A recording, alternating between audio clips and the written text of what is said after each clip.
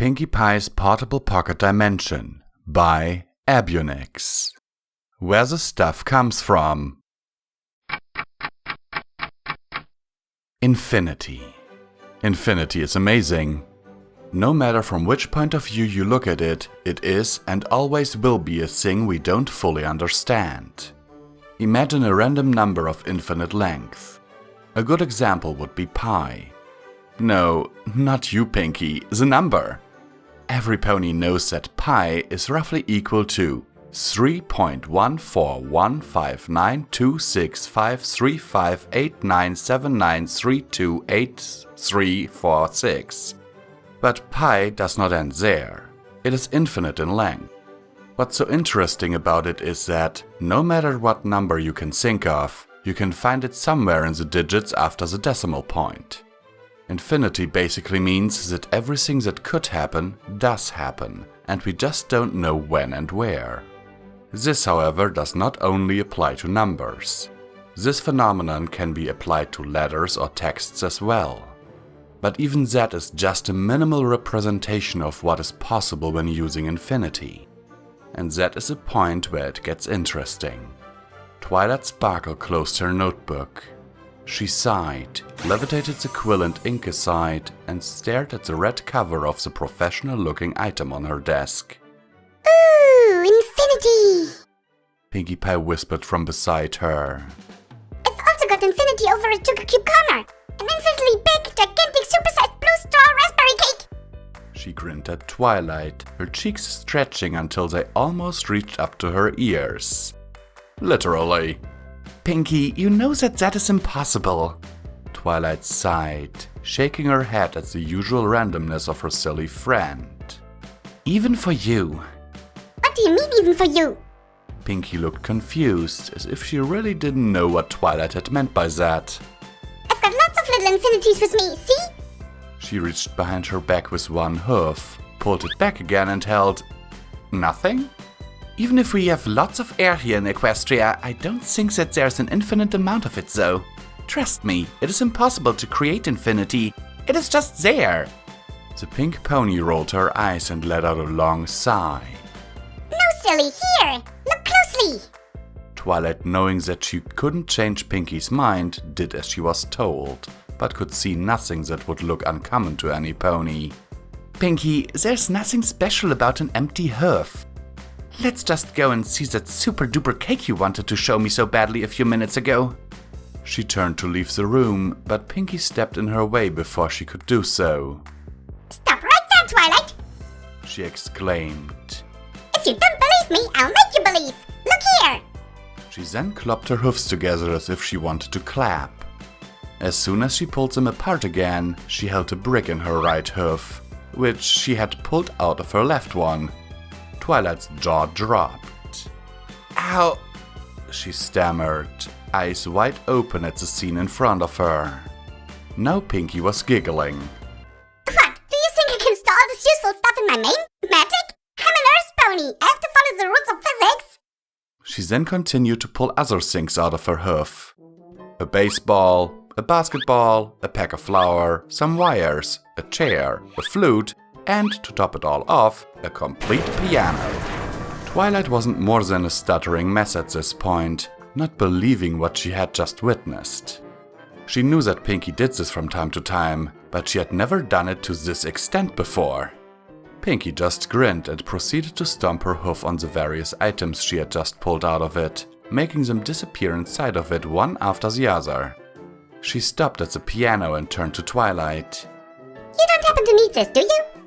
And with that, she stomped her hoof on it, making it disappear inside it as well. Ow! Twilight gasped again, making Pinkie sigh in turn. Do you really want to know how this works? Twilight didn't manage to say a word at this point. She just nodded wildly, her mouth still wide open. Alright then, I'll reveal my secret to you. But don't tell any of the others, it's a secret! She whispered. She then mimicked drawing a door in the air with a hoof from which she had produced the items. As soon as she had finished the whole frame, there was a flash of blinding white light. In the middle of the room there now stood a rectangle of bright, white light, seemingly made from pure energy. Pinky walked towards it, poked her head in, and looked around. It seems to be stable. Come on in. She said, smiled, and disappeared into the light. Twilight, who had regained a bit of her composure by now, blinked a few times and walked towards it as well. She carefully lifted a hoof and placed it against the white light. There was little resistance, and as soon as she pushed her hoof through it, it began to suck her in. She let out a yelp and disappeared in a flash. A few moments later, there was a knock on the door. Then another. The door opened and a purple head with green scales peeked in. Noticing the white thing in the middle of the room, the little dragon shook his head and just left without any further words. Twilight had just fallen into a pile of things. It consisted mostly of things she didn't recognize or couldn't place anywhere, but some things looked familiar. The piano, the brick, and the basketball as well. Pinky was swimming through the air towards Twilight, who had given up trying to understand any of this. She just accepted everything as fact by now. Never heard of something called pocket dimensions? Pinky asked. They're very useful, especially if you have to store lots of things that could be handy at some point. So I have no clue what this here is. She held up a tiny metal sphere on a stick, turned it around in her hoofs, and finally threw it away over her shoulder. Something in Twilight's brain must have stopped working, because she was just staring ahead, not noticing anything around her anymore. This had simply been too much, even for Pinkie Pie standards. Twilight? Twilight! She heard Pinkie shout. With a jerk she sat upright, having just been awoken from her short nap on her desk. Pinkie slammed the door open and rushed over to her in a flash. Twilight, you won't believe me, but I've just made the biggest, most gigantic, super-sized blue straw raspberry cake in the whole wide world!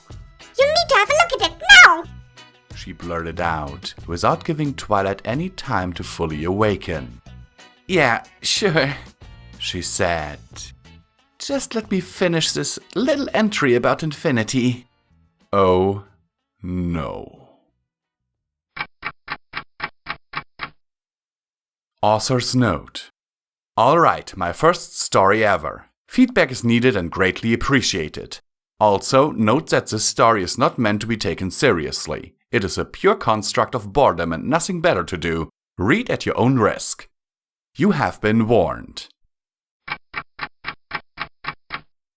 Hello there everyone, and once again it's comment time with Visual Pony. So, this story here, right here, was sent to me ages ago.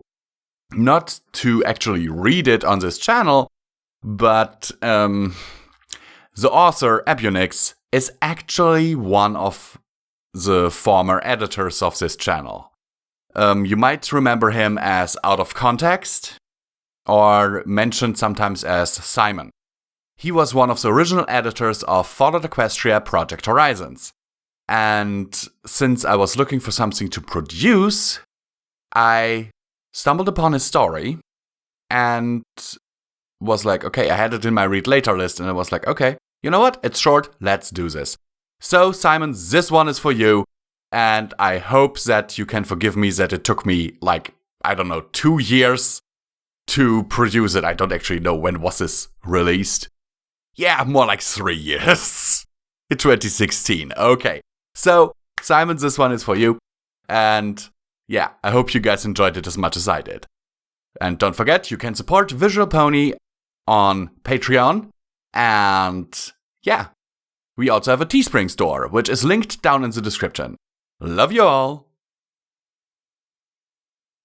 Analytics by G.A.P. Jaxie. Ponyville, Twilight said, has the lowest rate of monster attacks per ancient occult site of any town in Equestria. So basically it's perfectly safe, and certain pink and purple milk contents should stop complaining. Fine, snapped Starlight. Good, snapped Twilight right back. Then an ogre smashed in one of the castle walls, so they both had to go deal with that. You know, Twilight said, I have the highest local approval rating of any Alicon princess. How are you defining local in that metric? Starlight asked. It's defined the same way for every princess, Twilight huffed. A survey of all ponies who live in the area that princess rules. You only rule this castle. Yeah, and you said you liked me on the form. Twilight stamped a hoof and flared out her wings. So between you and Spike, that's a 100% approval rating and I'm the best princess in all of Equestria. Then an angry mob of Earth ponies broke down the first floor door, screaming about land reform and that Twilight bought all the good ice cream at Ponyville's only cold grocer. So they both had to go deal with that. You know, Twilight said, according to a survey of impacted stallions, I'm the sexiest mare alive. Starlight let her face sink into her hoofs. Why? Why, Twilight? I'm not sure. It's probably my mane, or my physique. She trotted up next to Starlight's desk, striking a pose with one hoof up. You're gay, right? I should be more sensitive. This is probably pretty difficult for you. You know, if you ever need to express attraction to me, it's okay. Starlight reached into her desk, pulled out a bottle of cheap vodka, and poured it into her tea. This is a story about the difference between knowledge and wisdom. It should be emphasized at this point that every statistical claim in this story is strictly accurate. Ponyville really did have the lowest rate of monster attack per ancient occult site of any city in Equestria. Most cities have no occult sites. It was also true that Twilight was the most popular princess among creatures she ruled, all 2 of them, and that according to all stallions impacted by her appearance, Sunderlane, she had it going on. Sunderlane had a princess fetish, but wasn't into tall mares. This is also, at the more superficial level, a story about Twilight and a certain magical amulet. Despite being a powerful wizard, Twilight had never been much of an enchanter. She crafted no wards, forged no rings, and carried no staff. And so, when she sought to further diversify her understanding of the magical arts, the creation of magical items struck her as a natural area of interest. And an amulet she made. The Amulet of Twilight.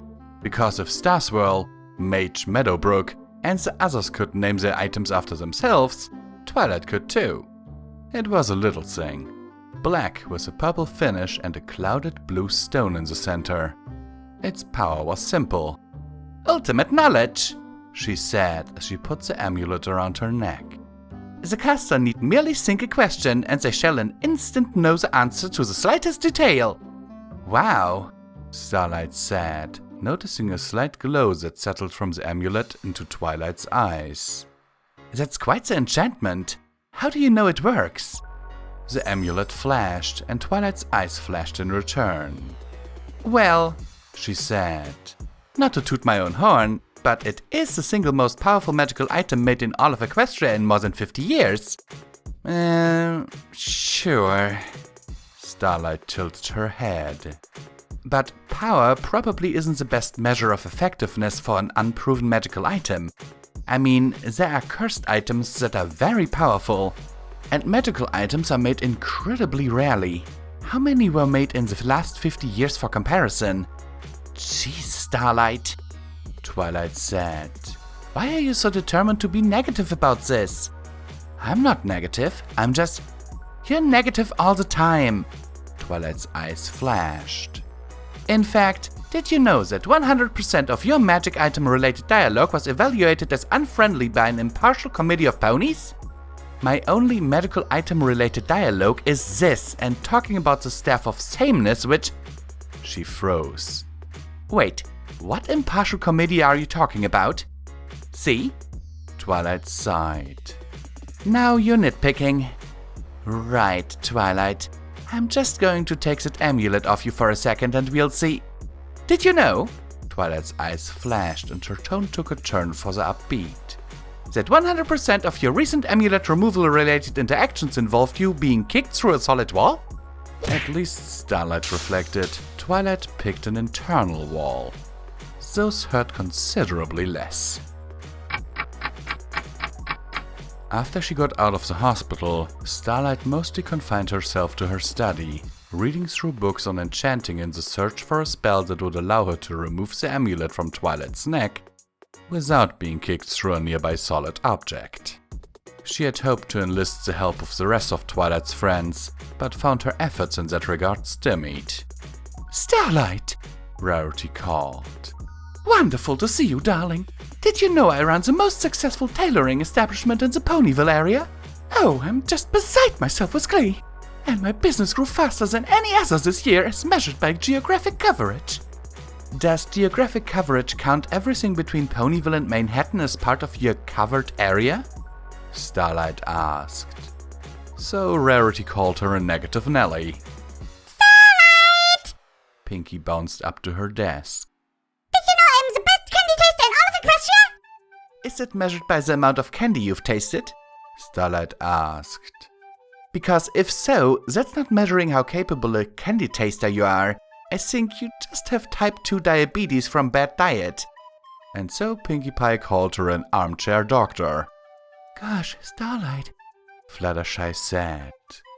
I had no idea I ran the most diverse animal shelter in all of Equestria. You're next to the Everfree Forest. Howdy, Applejack called. Great news about the farm. Twilight says our revenue this month is our highest on record, and if things keep going this well, we'll be millionaires by the end of winter. It's harvest season. Your revenue will be 0 in winter. This is great! Spike buffed his claws on his scales. Twilight says that if I keep growing at my current rate, in 100 years, I'll be the biggest and strongest dragon who ever lived. You're going through puberty. Hey, Starlight! Rainbow called. Did you know I have the best speed-weight ratio of any flyer? Yeah, Rainbow, Starlight said. That's because the fastest flyer in all Equestria actually has some curves, and you're an anorexic whose ass looks like 2 box cutters. Rainbow was less gentle than Twilight. She kicked Starlight through an external wall. And then she found her spell. It took her some time to work up the nerve to use it. She took a drink, rubbed her temples, and spent a long time staring into the mirror. Finally, she let out a breath and marched upstairs to Twilight's library. Hey, Starlight! Twilight called, her eyes already illuminated. Did you know that since I became princess, Ponyville's unemployment rate has dropped by over 30%? Is over 30% exactly a third? And is it a third because Ponyville used to have 3 unemployed ponies, and then Deadbeat got a job in that all-necromancer unicorn a cappella band? Twilight didn't look up from her book, but softly tsked. Why can't you just be happy for the good news? You're always so difficult. Yeah. Starlight let out a soft sigh. So I did the research, and it turns out there's exactly 2 ways to free you from a cursed amulet of knowledge. The first way is for you to develop the self-awareness, wisdom, and restraint to understand the difference between facts and genuine understanding, so you can shake off the curse's effects. I'm already very wise, but thank you. The second way is... Starlight took a deep breath and laughed. The second way... She laughed again, staring down between her hoofs. I'm sorry, Twilight, I'm so sorry. Please forgive me, but I couldn't find a better way. If you try to take it off me, I'm going to have to kick your flank again. No, I'm not going to fight you. Starlight lifted her head. Hey, Twilight, since you're all-knowing, could you tell me exactly how many ponies in Equestria think you're a little pudgy? Not a percentage, the absolute number. 2.7 million. Twilight froze. The light behind her eyes flickered. Wait, that can't be right. That's more than the entire population of Manhattan. Starlight swallowed. And maybe you could tell me how many times per day does one of your best friends think about you during sex? 0.013. Twilight said. Her mouth fell open and the light flickered again. Oh no, wait. That's once in 100 days? But which one is it? It's Rainbow, right? It can't be. But it has to be. Unless it's Fluttershy. Would she... Is it true that since you became headmaster, the Friendship School has had the worst rate of monster attacks of any school in Equestria, and that a majority of parents would consider that very concerning? The light behind Twilight's eyes flashed, then just as quickly went out. The clasp of the amulet around her neck loosened, and she whirled to face Starlight. "Stop it!" she shouted. "Numbers aren't everything! I'm a great headmaster, and I'm not fat!" "I'm sorry, Twilight." Starlight swallowed one more time, her voice cracking as she spoke. "I'm so sorry. Don't you? Exactly how many times has Celestia written a friendship letter to you while pooping?" The light behind Twilight's eyes flashed one last time. Then she clutched her face with her hoofs and screamed. The amulet fell from her neck.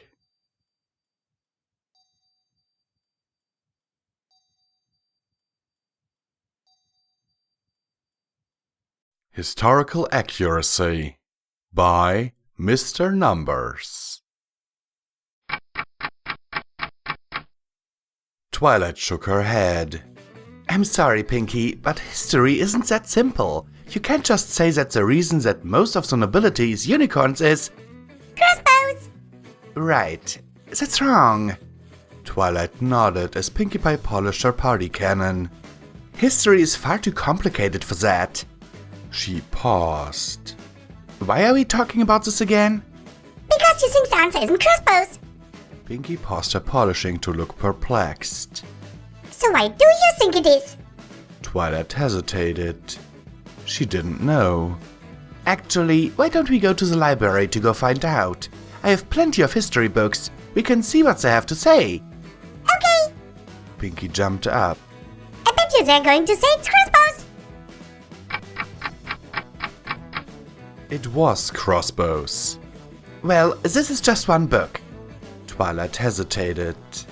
"They can't all say it was because of crossbows." Why not? Pinkie asked, reading over her shoulder. Because wow, sure does look like a lot of the nobles took their stuff by force. The entire structure of modern Equestria can't just be because my ancestors could shoot your ancestors, but yours couldn't shoot back. Why not? Pinkie asked again, pointing to an illustrated diagram of a noble taking an Earth pony's land by force. It looks like they were all really good at it. Because, well, let's go read some more books. Twilight wombed the book shut and put it to the side. They can't all say that it was because of crossbows. Twilight stared at the tower of history books beside her. 12 books, each as thick as a phone book. I can't believe they all say it was crossbows. I mean, it makes sense to me. Pinkie put another tray of fresh cookies and milk next to Twilight, who took an absent-minded bite.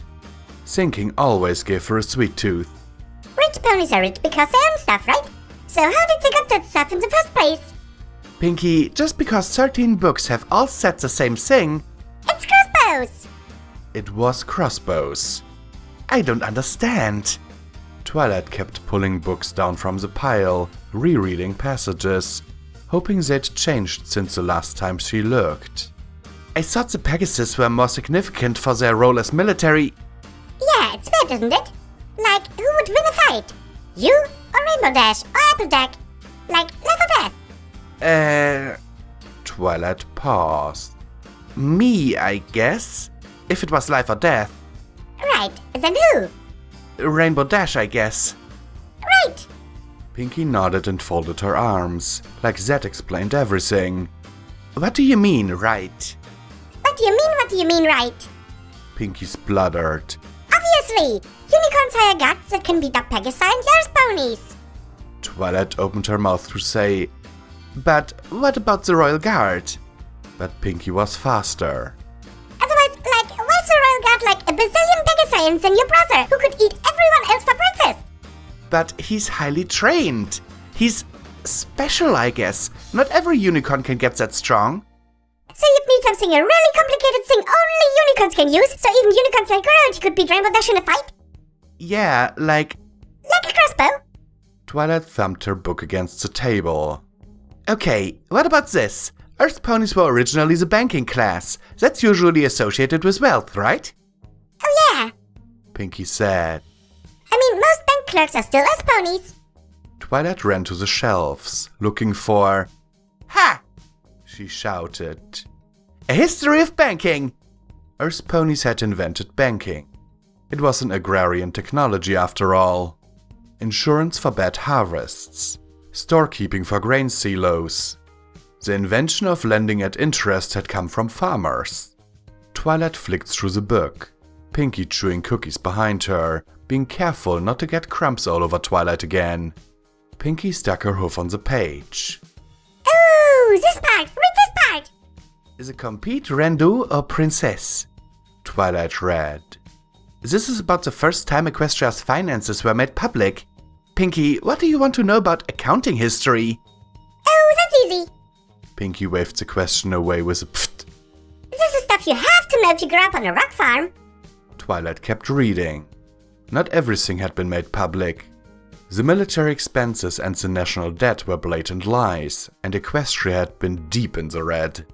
The Earthpony bankers tried to collect on the defaulted loans. Which would have been fine, except... Pinky, where did you get popcorn? Keep reading, this is a good bit. The Unicorn military had held the bankers at crossbow point, taken all their stuff, and now all their descendants all had baronies or something, like blue blood. Twilight slammed the book shut. Really? Crossbows? Yeah. Why didn't the princesses tell me about any of this? I don't know. Pinky shrugged. Would you? Twilight put all the books back on the shelf. So, farmers are poor even though they work hard and everyone else needs food because crossbows. And the nobility is rich even though all they seem to do is spend money because crossbows. Pinky repeated. Twilight's head fell against the reading desk hard enough to jostle the cookies. The leaning tower of history books threatened to fall on her. Why do you have to make this sound so obvious? Pinky giggle snorted. Every pony who knows the housewarming stories just for kids knows this stuff. Twilight paused and lifted her head off the table. I didn't know. Well, yeah. Pinky went back to mixing the batter. You're a unicorn. Why would you? It just makes you feel bad. I bet you're super mopey right now. I am. Twilight agreed, flopping bonelessly against her desk. I am super mopey right now, and I don't know what to do about it. That's easy. Pinky shrugged, sliding the plate of cookies under Twilight's nose. You don't have to do anything. You didn't shoot any pony, did you? Well... Evil villains don't count. Then, no. Twilight got off the table and started putting all the books away, using her magic. The entire structure of the modern world, Twilight grumbled. Should not just because my ancestors could shoot my friends' ancestors. Pinky shrugged. No pony gets to pick their parents. Okay, so even if it is true... Twilight stormed up to the shelves and glared at them. What do I do about it? I went to Celestia's school for gifted unicorns. I was her personal student just because I was born right? She whipped back to look at Pinky, her fringe fraying as she fussed with it. Does that make me a bad pony? Does that make Celestia a bad pony? Because I never heard of a school for gifted Earth ponies. Pinky raised an eyebrow. Okay, I have, but they were all charities and wow, does that make it sound so much worse? Pinky nodded with all the wisdom she could muster. Just do your best. Be happy you've had a really lucky life and try to make it so everybody else can have one just as good. Pinky wiped the last of the milk and cookie crumbs from her lips. Some problems are too big for anyone, even a princess. Twilight nodded and tried to manage a smile. I'll try. I know you will. You're a good pony, Twilight. Twilight's smile dropped. Wait, if you knew it was crossbows, then why did you bring it up? Oh, don't you remember what we were talking about? Pinky disappeared, then rolled her party cannon into the library a second later. You asked me what gave me the idea for this. Twilight stared at it. It doesn't just shoot confetti. Pinky beamed, patting its side with a mother's love. I wouldn't worry about it though, Twilight. I know you're one of the good ones.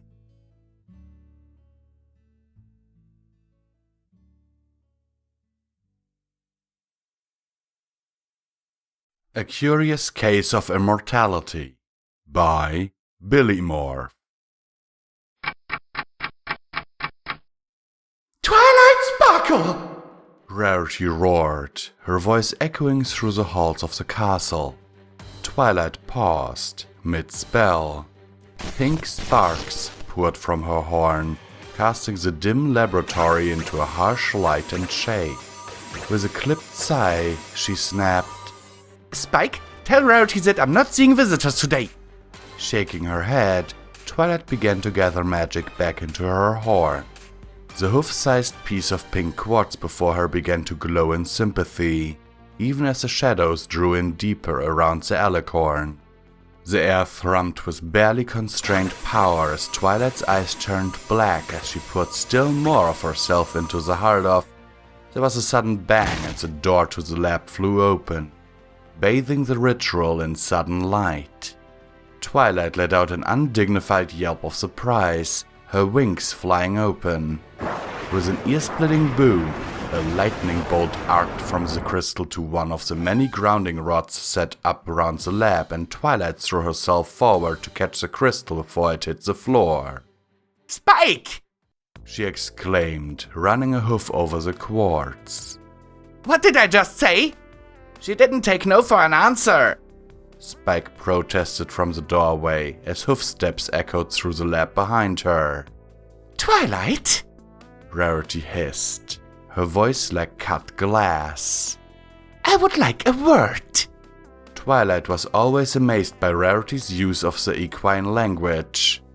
She never would have thought any pony could use word as such an effective threat before she'd met Rarity. Rarity, I'm sorry, but it's going to have to wait, she said, carefully resting the crystal in the center of the arcane circle. I'm in the middle of a very delicate piece of... She turned. Oh, sweet Celestia, there's a pipe through your barrel. Rarity, despite the feather-white section of copper embedded in her chest, just below her shoulder, rolled her eyes. Yes, darling, I had noticed, she continued, tapping a hoof against it. It seems that, despite earning their cutie marks, the Crusaders are still a hazard to everything in a 100-hoof radius. However, I was particularly concerned by the fact that a pipe has penetrated through what my passing grasp of anatomy tells me is my lung. Now, while I don't particularly relish the thought of drowning in my own blood, I do believe it is the customary response. Do you have anything to say about the situation? Twilight's eyes flicked to the circle and back again. In the distance, she could hear the rapid-fire click of claws on crystal as Spike beat a hasty retreat. No? Really, darling? Rarity shot back, arching an eyebrow. Twilight swallowed. Okay, maybe I might know a little bit about what's going on. Actually, it's a rather funny story. You're going to laugh when you hear it. Rarity's glower deepened. Twilight wilted, her ears folding flat. Or maybe you won't. A deep sigh escaped Rarity as she pressed her hoof against her brow. Twilight, does this have anything to do with the whole immortality thing you've been going through? She took the guilty silence as an affirmative. Darling, I sympathize, I truly do. But I would also prefer to be told if I was going to become an unholy abomination of magic gone too far. You're not an abomination! Twilight exclaimed. Rarity cocked an eyebrow at her and gestured at the bloodless wound. Well, technically speaking, you're a lich, but... She held up a hoof as Rarity opened her mouth to speak. It's just a temporary thing. A lich? Disdain dripped from Rarity's voice. A withered shell of a pony who clings to life by draining the souls of the living? I'm afraid to say that I would rather die, she said, shuddering. Oh, no. That couldn't be farther from the truth. Twilight levitated a book, a proper dread tome bound in what looked worryingly like leather, over from a nearby shelf. Though it's a very common misconception. See, lichdom just locks the body in its current state, leaving evil wizard old mages still wizard. by locking you into the spell now, I can keep you in the prime of your youth for as long as it takes to come up with a more permanent solution. Or figure out how to turn ponies into alicorns, whichever comes first. Rarity sighed. And the soul eating? Twilight blushed. Well, as an alicorn, I have a lot of soul to go around. She met Rarity's skeptical gaze. Okay, so it's not a perfect solution, but I have backup plans. A tome zipped back onto the shelf and was replaced by an equally evil alternative. How about instead of a phylactery, I put your soul into a statue? Complete immunity to aging, harm, and a snazzy new look. May involve some, if not total, loss of sensation in the extremities. Rarity's skeptical look deepened. I really don't think that's an option, darling. Okay, how about... Another book soared over. Ah, this is a good one. I can enchant a portrait to age for you. Oh, but more soul-eating. Okay, well, how do you feel about reincarnation? I'll need to figure out a selective breeding program for Sweetie Belle, but... She glanced up at Rarity, who was glowering, her hoof tapping against the pipe. So, not that either. How about I transform you into a dragon? They have a far longer lifespan and grow to be immeasurably strong. Spike actually suggested this one a while back. Twilight? Rarity tried to interrupt. Or we could try something with Phoenix Fire, Twilight continued, growing panicky as she brought forth a veritable wall of books. It didn't end well for the last dozen ponies who tried it, but I'm sure we can figure something out. Twilight? You know, I'm 90% sure Vinyl Scratch is a vampony. Maybe we could get her to bite you. Twilight? Rarity exclaimed, finally stilling the babble of ideas. Darling, she continued with another sigh. I understand why you're so worried for us. Truly, I am. But do you really think this is the right solution? Sitting in a dark room casting dark magics just to try and stave off the inevitable? I know thinking about the day we won't be here hurts, and I'll miss each and every one of you. But you can't encase the world in crystal and call it saved. Twilight hung her head. I know, she said, her voice a mere croak. Quietly, the books slipped back onto the shelves. But I'd never forgive myself if Rainbow Dash died in a stunt if I could have saved her. We always end up in such danger I had to do something. She let out a little chuckle. Come to think of it, I'm a little surprised you're the first pony who found out. Well, I suppose that's fair. Rarity sighed. But I would like you to put my soul back where you found it. I'd prefer not to be known as the wicked sorceress of Ponyville. There are some gifts that should only belong to alicorns. Okay. Twilight let out a long sigh, more of resignation than acceptance. Do you want me to remove the pipe first, or... Yes, I want you to remove the pipe! Rarity snapped, then seemed to remember her composure. If you wouldn't mind, and after that we shall, as a group, discuss our newfound lichdom before any pony else gets impaled. Twilight! Pinkie Pie burst into the room, her hoofs beating a staccato rhythm. The mare tripped over her own hoofs a few paces from the door and collapsed in a pile of limbs. Her foreleg rolled free of the heap and stopped at Twilight's hoofs. Pinkie picked herself up and shook herself. Oh, hi, Rarity! She said, teetering on 3 legs. Have you done something with your hair? Rarity goggled at the mare. Oh, right! Twilight, can you stick my leg back on? She said, bounding forwards.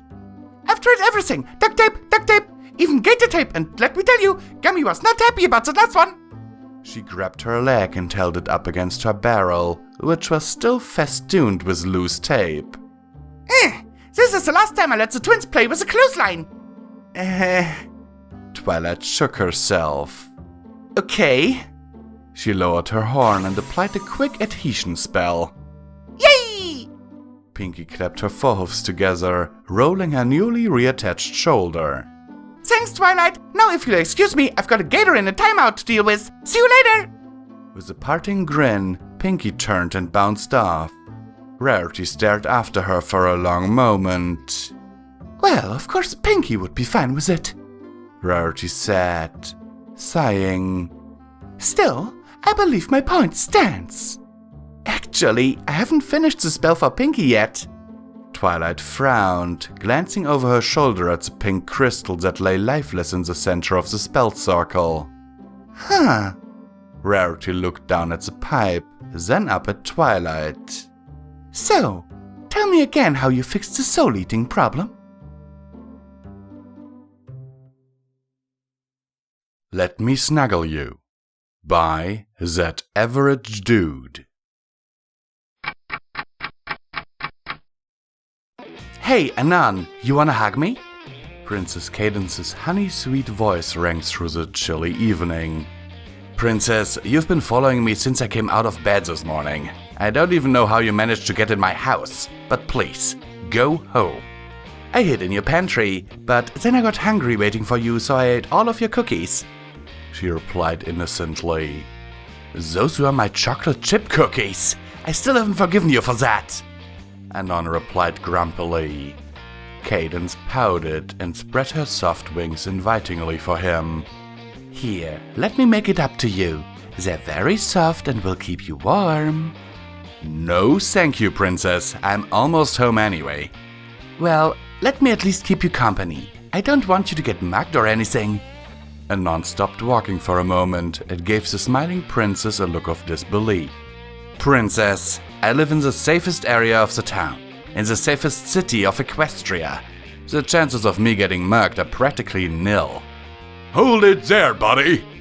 A familiar voice suddenly shouted. A white stallion in a ridiculous outfit appeared out of the shadows in front of them, carrying a wooden stick in his magic.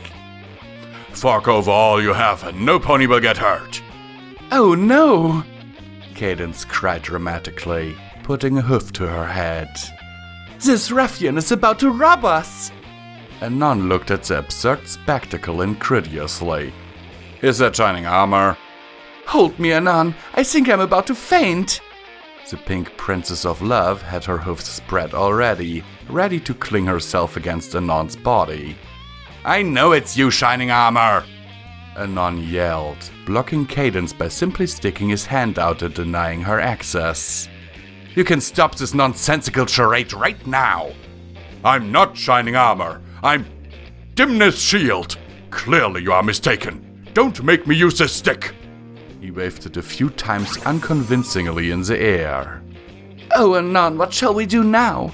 This good-looking stallion, but not as good-looking as Shining Armor, is notorious for stealing stuff from princesses. I heard he even stole Twilight's book on how to raise an Alicon foal for eggheads. Hey! Anon rolled his eyes and simply decided to ignore both Cadence and Shining by moving forwards.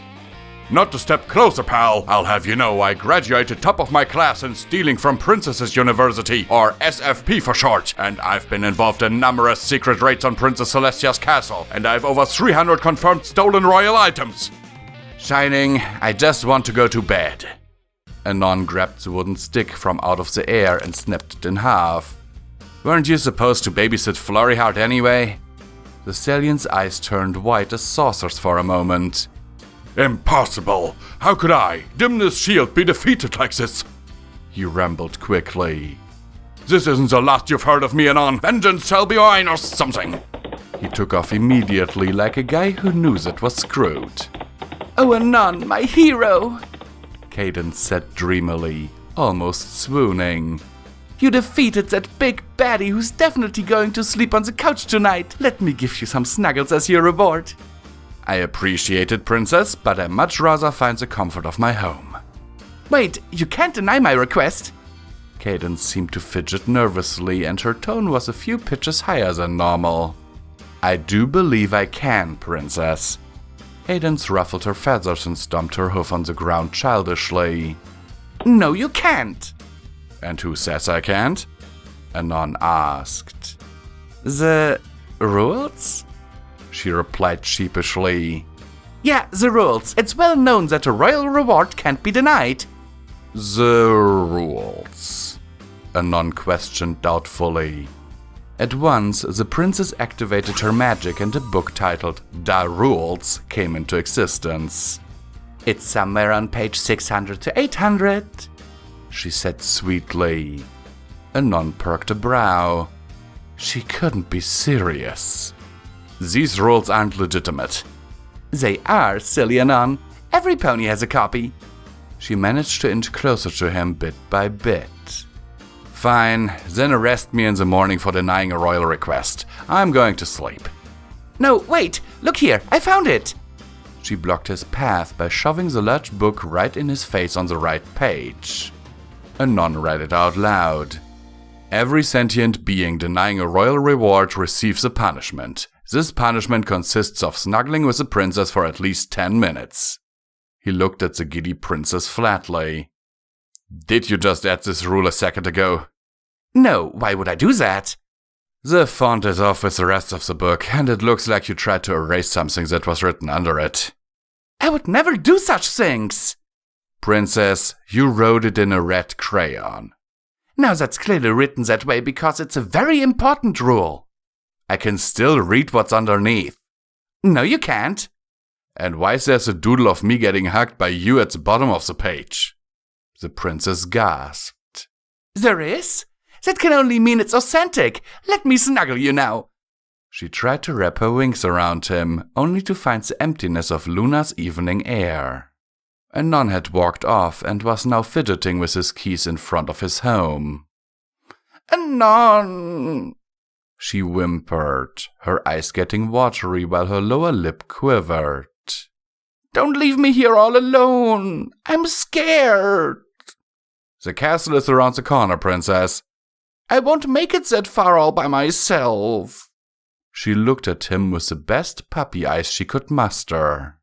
There are literally 2 guards patrolling this section of the city and making their rounds every 15 minutes. Please come with me. I feel much safer with you at my side. Anon huffed. Princess, I'm tired. I'm going inside now, okay? He opened the door, only to hear the pink alicorn quickly trotting up to him. Can I at least come inside with you? Her voice was pleading, something Anon couldn't resist. Oh, all right. But if you're planning on staying the night, you're going to have to sleep on the sofa. Thank you, Anon. I won't eat any more of your cookies, I promise. That's because there aren't any left. What about those biscuits? Those aren't cookies. They're dry and flavorless. Then why do you have them? Because I bought them accidentally. Oh, now I understand why they expired for almost 2 years. You didn't try to eat them, right? Anon asked flatly. Well, I might have tried 1 or 2. Anon closed the door behind them without saying anything more. Toilet is down the hall, but I guess you know that already. I'm going to bed now. But Anon, aren't you going to tuck me in? What? Cadence pouted innocently. You have to tuck me in, otherwise I might go sleepwalking and eat all of your other sweets. Anon muttered something under his breath before grabbing a couple of extra sheets. Cadence giggled giddily and laid herself down on her back on the surprisingly soft sofa. She was eyeing Anon with big, warm eyes as he spread the sheets and put it all around the pink alicorn. Thank you, Anon, she said gratefully. He moved closer to her to even out the edges, and when he did, he could hear her soft, feminine breath. Have I already told you how sweet you are? Anon's reply was soft and gentle. You have. 35 times today. I've been counting them. It's because it's true. I've never met any pony with such a kind heart as you. He smiled. Now you're just flattering me. Cadence giggled. Maybe a little, but they were all genuine. You are my beloved subject, Anon. And as a princess of love, I care a lot about you. She was holding out her hooves, something that she had done hundreds of times today. But this time, Anon couldn't refuse her. He felt himself gently be pulled in her sweet embrace. Cadence's magic moved away the sheets to make room, freeing her wings in the process. He felt her hoofs wrap around his neck and her wings around his midsection, until his cheek was softly pressed against hers. There, she wrapped him in almost a cocoon of fur and feathers, until he was as close to her as he could get. Cadence sighed and nuzzled her cheek lovingly against his, before moving the sheets back over them. "Your breath is labored," she noted and cooed lovingly. "It's okay. Stay with me tonight." "I will, princess." Cadence gave another satisfied sigh, sharing her body heat with Anon before both of them fell into a deep, well-deserved slumber.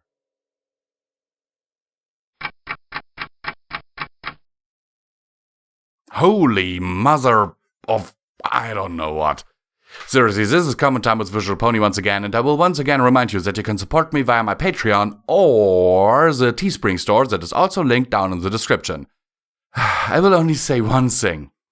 The author's notes of this are actually at the top of the story, and they say, "Something I came up with on the fly. This is what happens when I'm bored and I don't want to sleep. Enjoy." I must admit, I'm someone who sleeps way better when he's snuggling, and snuggling Cadence doesn't sound so bad, I must admit, but at the end here, the ending that the author wrote kinda sounds more like the beginning of a Klopp story. Sincerely yours, Visual Pony, and I hope you enjoyed this. MLP Movie, the significantly shorter version, in which plans do not survive the first contact, by Pony Morris. "Tempest, is it? How may we help you?" Celestia asked, addressing the unicorn with the broken horn who had so rudely parked her airship in the middle of the festival, knocking over several columns in the process. "Oh, I'm so glad you asked. How about we start with your complete and total surrender?" A brief beat of silence permeated the air at the audacity of this strange interloper. "Hi there, Princess of Friendship." Twilight spoke up as she peeked out from behind the other three glowering princesses. "Not exactly sure what's going on, but I know we can talk things out." She put on a smile, trying to diffuse the situation. Clearly, this had to be a big misunderstanding. "Oh, goody. All 4 princesses. Here's the deal, ladies. I need your magic. Give it up nicely, please, or we make it difficult for everyone." Luna stepped forward, her patience clearly growing thin. "And why would we cower before you? There's one of you and hundreds of us." Tempest gave a small chuckle to herself. "I was hoping you'd choose difficult." Several more airships rose up behind her in an ominous display of force and began to unload their hulking shock troops. Seizing the initiative while the crowd of ponies gasped in shock, she pulled out a sickly green glowing orb and kicked it directly at Cadence. The orb drilled through the hastily erected barrier, striking the Princess of Love and petrifying her into a dark crystal statue. "Bullseye! Now for the next—" Tempest was unable to finish the thought due to a purple alicorn materializing in a bright flash and a pop off of her left flank and unloading a heavy blast of magic into her side. She had barely hit the ground when there was another pop, followed by her being lifted into the air, slammed back into the ground, and swung around into the side of a brick building. As she collapsed to the ground and tried to get air back into her lungs, she felt her hoofs sink into the cobblestones as if they were made of pudding. They soon returned to their regular consistency, leaving her rooted to the spot. The thoroughly bewildered unicorn looked up to see Twilight calmly walking up to her. Panicking, Tempest put all the strength she had into firing a cloud of electrically charged magic at the pony princess. Without batting an eye, Twilight swatted the attack aside and returned fire with a focused beam of electricity that sent every muscle in the unicorn's body into convulsions. A cobblestone, likely knocked loose by her impact, was pried from the street in a magenta glow. It quickly moved to Tempest's forehead, where it was then molded into a helmet that bonded tightly to her head, sealing her broken horn behind several inches of hard, unyielding stone. Twilight finished her approach and sat down a few inches from the now incapacitated invader. How? Tempest managed to choke out, still trying to catch her breath. Hi there, Twilight Sparkle, Princess of Magic. I think we may have gotten off on the wrong hoof. I thought you were the Princess of Friendship. Yeah, so as it turns out, friendship is magic. I'm guessing you didn't read the dissertation I wrote on the subject. Although, judging by this half-cocked invasion attempt, I'm guessing you didn't do much in the way of any research. What do you mean? Well, for starters, there's me. I don't like to brag, but I was kinda the most magically powerful unicorn in Equestria before I became an alicorn. Broke all the scales, got called the greatest prodigy since Starswirl. All super embarrassing, really. Then I got tutored directly by Celestia herself. Equestria may seem soft and peace-loving, but that's because most would-be invaders learned a long time ago that it is a bad idea to cross a country ruled by the immortal goddesses that literally control the sun and moon. That was a cool trick with that orb and all, but the choice of target? My sister-in-law is a wonderful pony and I love her to death. But she's far from the greatest threat among us. Excuse me a moment. Twilight turned her head to fire a searing beam of magic that sent a nearby airship crashing down in flames. Where was I? Yes. Leaving the other princesses aside for a moment, there's a matter of me and my friends. Well, as Applejack would probably say, this ain't exactly our first rodeo. Tempest looked on in horror at the sight of her army being ground to dust. The Royal Guard was out in force, but was mostly occupied with evacuating the civilians to a safe distance, only getting involved in some minor skirmishes on the periphery. They knew that at this point they'd probably just get in the way.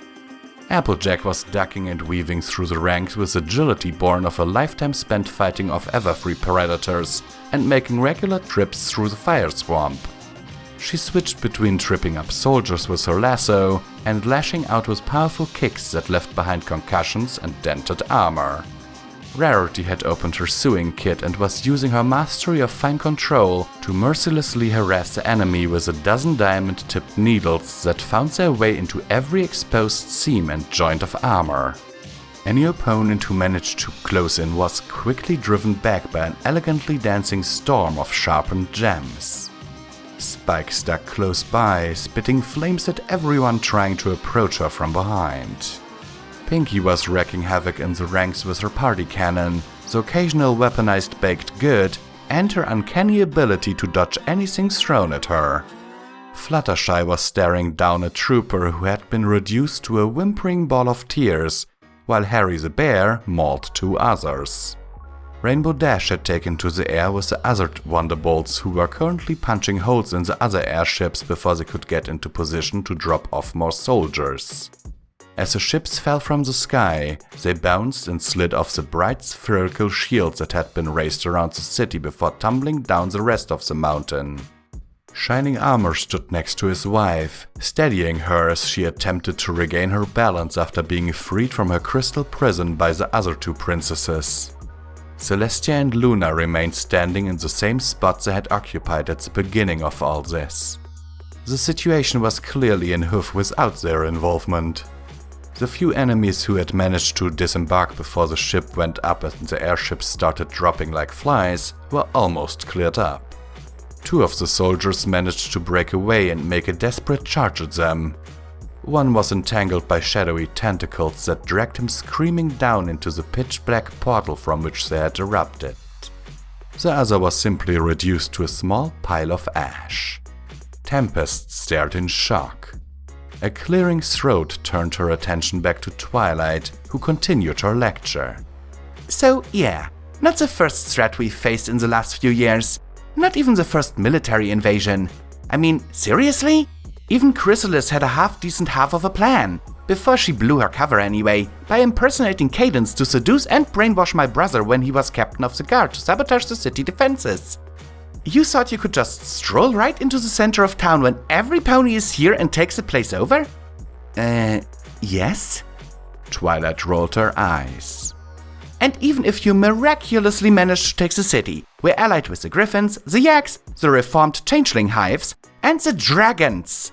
Between them and reinforcements from the Crystal Empire, there's no way you'd be able to hold the place. And that's even ignoring the fact that if you upset Fluttershy, you'd have freaking Discord to deal with. What's this even about anyway? I've never even heard of this Storm King of yours. He's knocked over a few outlying kingdoms. Honestly, I'm not too crazy about him. I'm just in this because he promised to fix my horn if I got him the magic of all 4 princesses. Wait, so he needs our magic to fix your horn? Yeah. Well, here's an idea. Had you ever considered, I don't know, maybe asking us to fix it? You could do that? Probably. I haven't done anything like that before, but Celestia and Luna are thousands of years old. I'm sure they know all sorts of things about all kinds of injuries. It's certainly a better shot than relying on the Storm King guy to wield our magic instead, unless he's using some kind of medical expert specializing in unicorn horns. Is he? No, he definitely doesn't strike me as a medical expert type. So you see where I'm coming from here? Tempest looked around as the last of her ground troops were being mopped up and led away in chains. Yeah, this seemed like a much better idea on paper. Or rather, scrawled on that bar napkin after the 7th round of drinks. So, what happens now? She asked with a slight wince. Well, there is a precedent of someone who tried to drain the magic of all 4 princesses and take over Equestria. What happened to them? Twilight narrowed her eyes. He got himself a one-way ticket to Tartarus. Tempest let out an alarmed gulp. But I've got another idea in mind. You see, you remind me of some pony. You? Ha! Twilight laughed and let out a snort before quickly covering her muzzle with a hoof in mild embarrassment. No, her. Twilight pointed the hoof at a light purple pony levitating herself in the air and laughing maniacally as the last remaining airship went down in flames under a barrage of powerful spells. A terrified soldier thrashed in her magic grip before going limp as his eyes went vacant.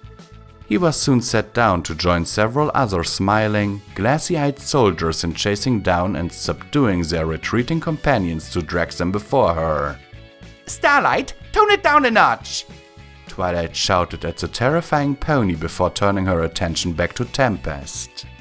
Anyway, since she's graduated and mostly reformed, I've got a spot open for a new pupil.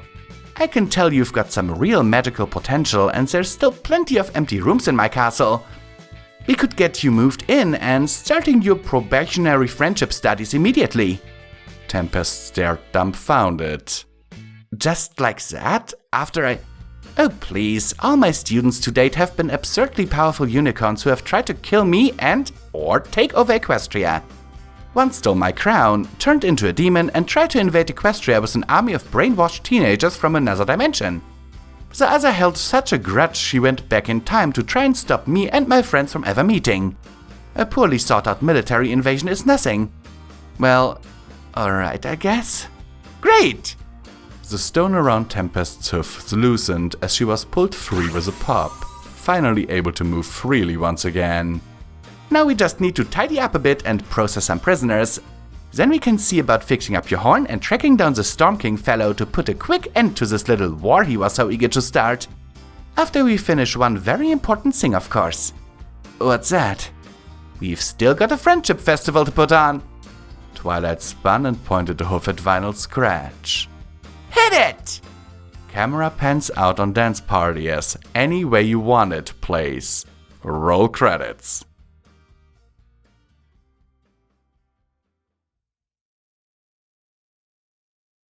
Delayed Reaction by Master Weaver. Holy crap, I'm immortal! Twilight shrieked suddenly. Starlight Glimmer gave her an odd look. Yes, you are. Are you just now realizing this? No! Twilight protested, flushing oddly as she refused to meet her student's eyes. wanted to shout that, yeah. Okay, then. Starlight cleared her throat, once more looking down at the parchment in front of her. So, this map of the palace... Who cares about the map?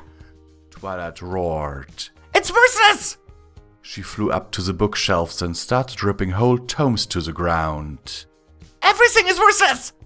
Starlight backed up. Twilight, are you feeling okay?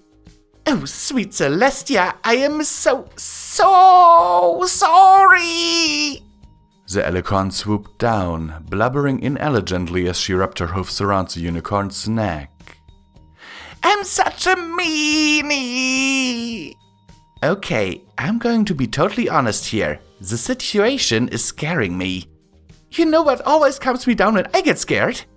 Twilight perked up, giving her student a bright, happy grin. Ice cream!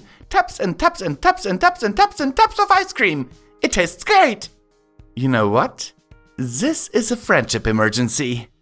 Starlight pushed her off, turning towards the door.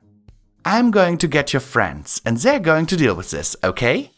Twilight's dead stare was barely visible from behind her bangs. I have no friends, she droned. All I have is a temporary illusion of companionship provided by a few short-lived mobile sacks of flesh, only different in the fact they choose to associate with me. Wow, that's depressing. Oh, sorry! Don't want to hurt your precious little feelings. Starlight leaned away from her livid face. Twilight, you do realize you're having mood swings so rapidly that basically every time I open my mouth you go from, oh my gosh! Twilight jumped forward with a huge grin. I can see me in your eye! Hello, me! She giggled. I'm a pretty pony! Starlight took a breath. She slowly let it out. She contemplated, not for the first time, the exact series of events that had brought her to this place, at this time. This, obviously, was just another part of her atonement. One that didn't make any sense, but which was happening. Twilight, I will eat your heart when you die! What? That way you'll be with me forever, and ever and ever and ever and ever. Twilight, that's not how necromancy even works. Starlight pointed out in exasperation. Twilight held up a hoof for a second. You have a... She stared at her hoof, twisting it left and right. Wait, where are my fingers? Fingers? Twilight, you're a pony who's apparently been drugged. You drugged me? Twilight shrieked, stumbling back in horror. Starlight, how could you? I didn't do it, Starlight protested. You're the one that's... Why am I even arguing this? I need to get you help. Don't go, the alicorn begged, latching onto her rear leg. Please, I don't want to be alone. Well, I can't exactly take you out while you're like this. Starlight grunted, trying to tug her leg free of the surprisingly tight grip. A salacious smirk formed on Twilight's face. Who says we have to go out at all? She purred, clambering slowly up Starlight's flank. Starlight flushed. Twilight, you're not thinking straight. I'm your student, not your mere friend. You don't want to be friends? Twilight whispered, tears threatening. Of course I want to be friends! Starlight cried in exasperation. And since I want to be friends, I'm legitimately worried about you. That's why I'm trying to get you help. I don't need your help, the alicorn insisted, shoving her across the room. I don't need anyone's help. I'm perfectly fine on my own. You're not fine, Starlight exploded. You're going from crazy happy to crazy angry to crazy sad at the drop of a hat, and you're getting ideas like eating hearts and thinking ponies are just walking sacks of flesh, and also trying to fill me up, which is not okay. We need to at least have gone on like 5 dates or something, even if you are pretty, but that's entirely besides the point, which is you are not acting normal in which way whatsoever. And you need help, and I don't know how to get it, but I'm going to get it, because that's what ponies do when ponies freak out. And you are just going to sit here until I get back with somebody who knows what the hey is going on. She glared at the alicorn, huffing and panting in frustration. After a moment, Twilight raised a hoof awkwardly. I can explain this. Really? Yeah, it's longevity unilateral mental projection syndrome. Celestia told me about it when I became an alicorn. She coughed into her hoof. Basically, there's a part of my brain that factors in all the implications of immortality and keeps them from affecting me too much.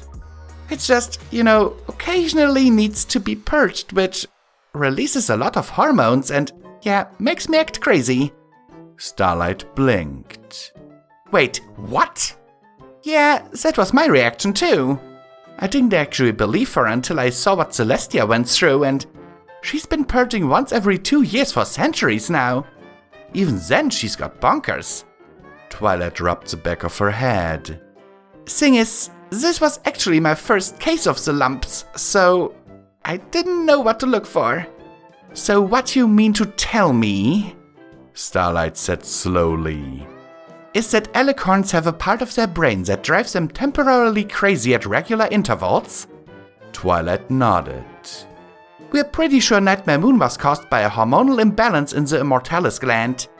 The leaders of pony kind regularly go insane. Yes. Starlight stared at Twilight. That's it. I'm done. I'm out. She turned around, ready to leave. Hey, Starlight! The unicorn sighed. Yes? Thank you for staying with me and trying to help, and Twilight flushed. Could you not tell any pony about this? After a moment, Starlight Glimmer shrugged. Well, if you don't try to eat my heart out, I'll consider it. A Different Kind of Mentor by J. David. It would have been tradition, in days gone by, for the darkness of the night to be met with one thing. Fear. Fear of what may lie within the shroud of night, waiting to strike out at mares and stallions alike. But those days had come to a close, and with the era of eternal night, darkness had simply become one of those things that ponykind had grown used to.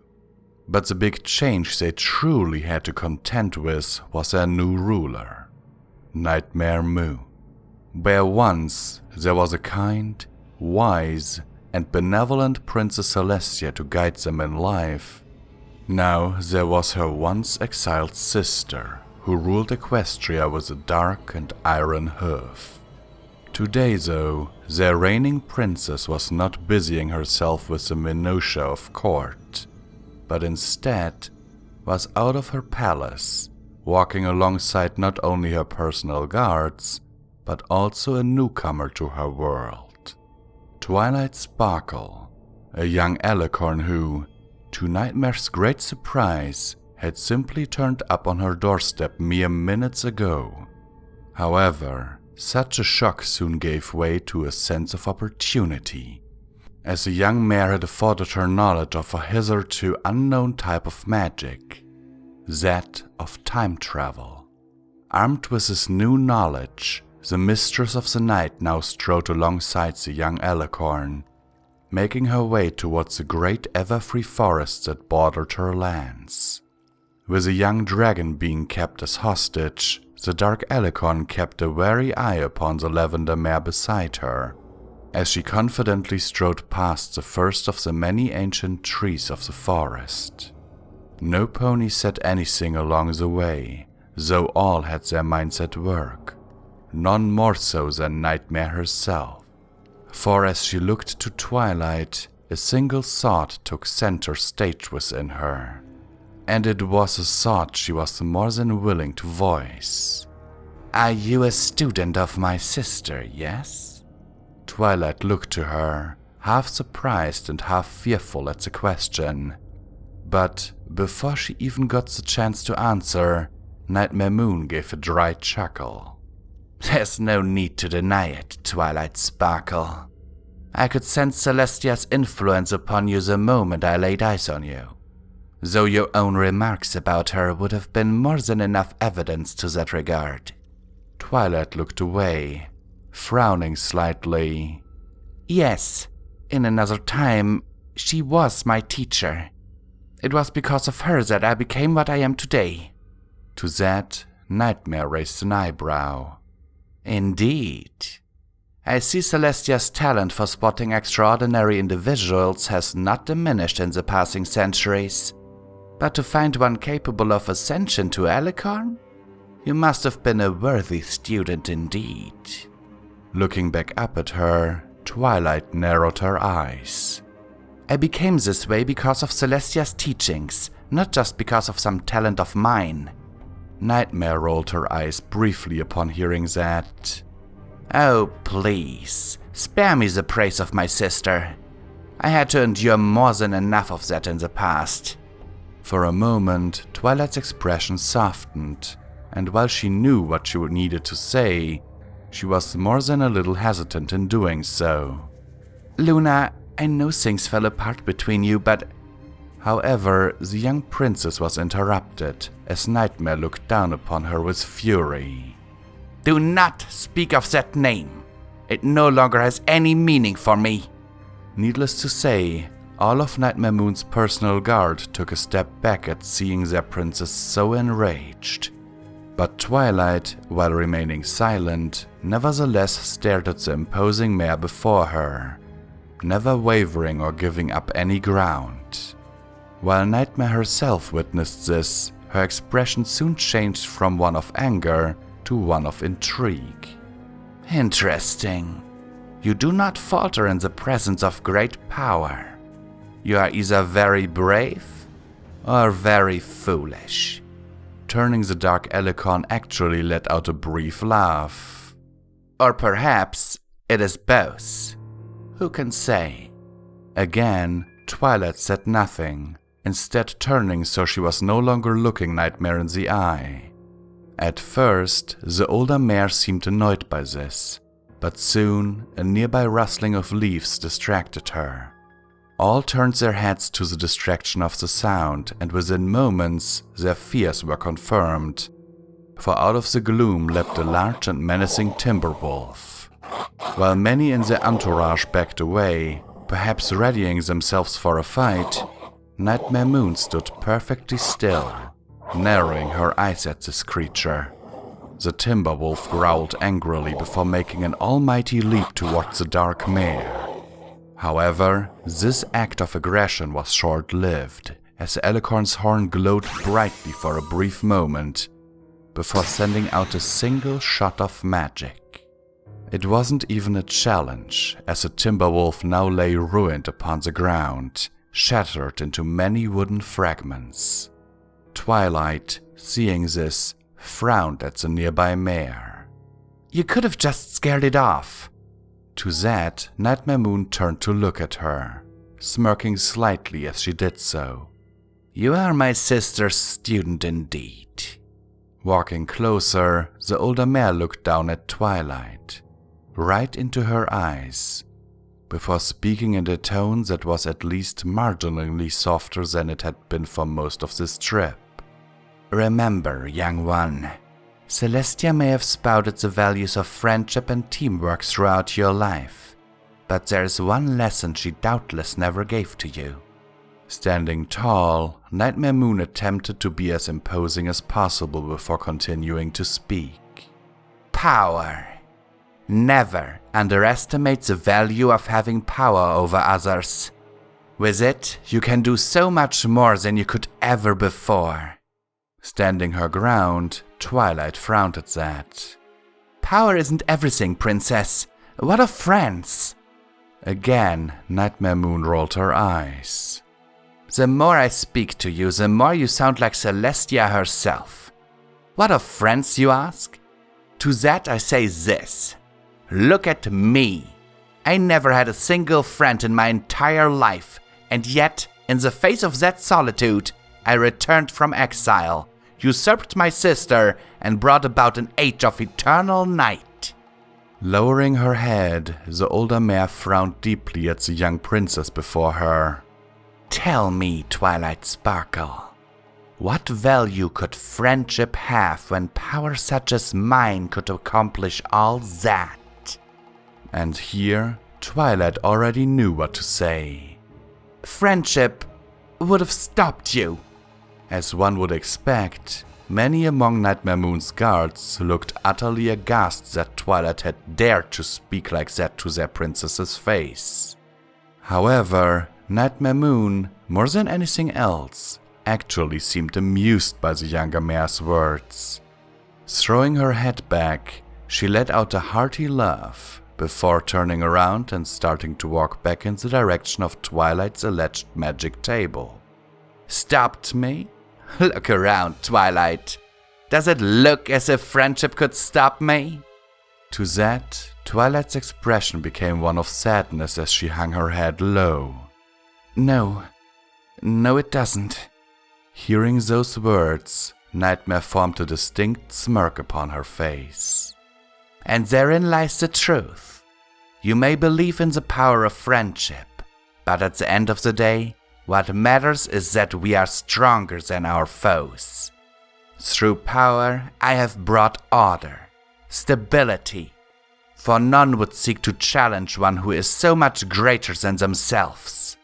Turning, Nightmare cast a glance back in Twilight's direction before starting to move off. You may doubt, young Twilight, but know this. A day will come when you will pray, not for friendship, but merely for the strength to have your world the way you want it. As Twilight stood there, seeing the older mare walk away, her expression became one of melancholy and thoughtfulness, with her head hanging low.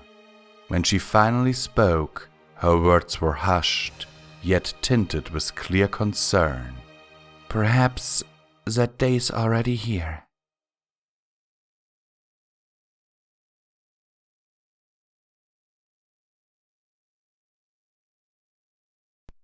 Namy by The Gamerator 10. It was a nice, clear, sunny day in Cloudsdale. The floating city was bustling. Every pony was enjoying their day. Nothing could go wrong. Spitfire, captain of the Wonderbolts, a legendary Pegasus flight team, was simply strolling through the streets, humming to herself. She was on her way to the market, saddleback in tow. She was to pick up some apples. She was starting to run low on food. She thought to herself, "Beautiful day out. I feel as though nothing, absolutely nothing can ruin this day." Spitfire trotted along with a positive atmosphere. This positivity halted, however, when a young blue Pegasus filly with a rainbow mane and tail was standing in front of her, staring into Spitfire's eyes, bearing a simple-minded smile upon her face. "Mommy!" she called. Spitfire looked around. She'd assumed this filly was calling out to a pony behind or above her. "Mommy!" the filly repeated. Spitfire bore a confused look, raising one eyebrow and her mouth agape slightly. She pointed at herself for the filly. All the filly did was stare at Spitfire with a cute little smile. Spitfire became concerned. Where was this little one's mother? "Mommy!" Spitfire thought nothing of it and just continued along. Her stomach growled at her, demanding she makes haste for the market. She thought aloud. "What's up with that? Why was that little filly calling me Mommy? I never had children before. What's going on?" Whatever the answer, Spitfire closed her eyes and assured herself that maybe this whole caper would be easier to decipher after some lunch. She opened her eyes again, only to be greeted by a smiling blue filly. "Mommy!" the filly said, sitting down. Spitfire double-took. Wasn't the filly behind her? All the filly did was bore that simple, cute little smile and stare. "I'm not gonna lie, that smile is extremely adorable," Spitfire thought. Then something happened that the yellow-orange Pegasus never foresaw. The filly clung to Spitfire's front right leg, holding it gently and closing its eyes, keeping that little smile. Spitfire couldn't but smile herself. "Mommy!" the filly said once more. That seemed to add to the adorable scene. A few ponies noticed, and when Spitfire snapped out of her trance, they cooed, "Ah!" Spitfire realized she had to get out of there, not to mention she was starving. She decided to fly. She flapped her wings and took to the air. The blue filly slipped right off her leg. The filly started to cry. By now the crowd had broken up, so no pony witnessed the filly crying. Spitfire's ears caught the sound, and as she flew higher, the good part of her conscience made her reconsider leaving the filly in the dust.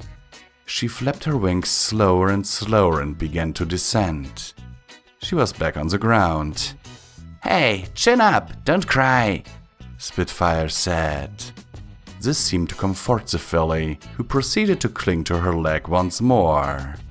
"Mommy," she replied in a loving and forgiving voice. Spitfire giggled. "All right, let's go to the market. I'm sure your mother is there," she said. The filly gave her a confused look. Spitfire commented, "Let's just go to the market." She placed the filly on her back and trotted along to her destination. The Cloudsdale market wasn't very busy. It was, after all, 2 o'clock in the afternoon. Ponies were shouting, "Asparagus! If you care about asparagus, get your asparagus here!" And, "Cherries! I cherish the moment you buy some cherries!" among other businesses rambling and advertisements. Spitfire could do some more shopping later. Her priorities were 1. Get some apples, and 2. Find this filly's mother. "Mommy!" the filly cried out, pointing to a cupcake stand. "Fine, we'll get you some cupcakes," Spitfire sighed. Each cupcake was 3 bits each.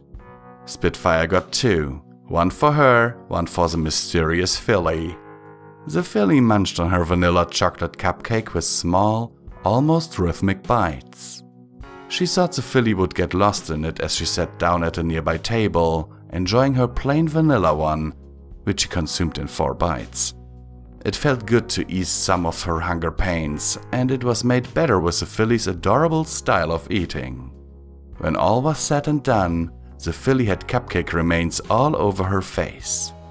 Spitfire giggled and got a napkin to wipe it off, while also wiping the residue off. She helped the filly back onto her back and approached the apple stand. "A dozen apples, please," she said to the sales pony. "That'll be 24 bits, madame," he remarked. Spitfire gave the proper sum and proceeded to walk away. While walking, she noticed that the spot the filly occupied on her back was weightless and vacant. "Celestia, please tell me she didn't fall off," she sobbed. She turned around, afraid to look. Her fears soon turned to astonishment when she realized the filly was flying. Amateurish, but impressive for the filly's assumed age nonetheless.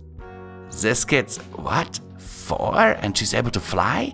I wasn't able to fly until 6. She sobbed once more. "Mommy! Mommy!"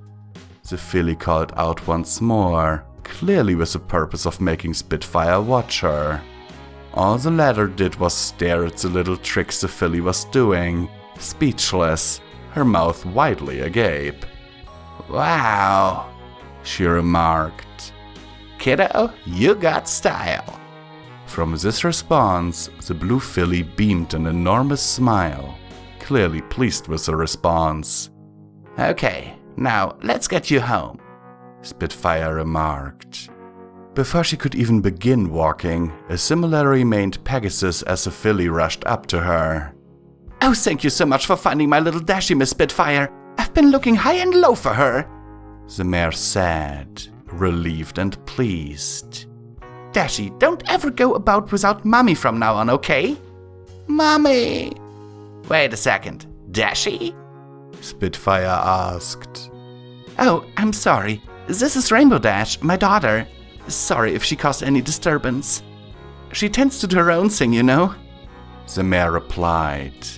"She called me Mommy and hugged my leg. Spitfire remarked. Don't get me wrong, it was extremely cute and adorable, but I have trouble wrapping my head around it. Oh, she likes hugging things and mommy is the only word she knows. Oh, just keep an eye on her from now on, okay? Spitfire requested. I will. Thank you, Miss Spitfire, the mare said and flew off. Remember that, Spitfire? Rainbow Dash asked her mentor. Just make sure that history lesson doesn't get out to the public, okay? Spitfire requested. Sure thing, mommy. Dash giggled. Spitfire returned with a bemused look. Yeah, I'll go home now, the Blue Pegasus replied and flew off.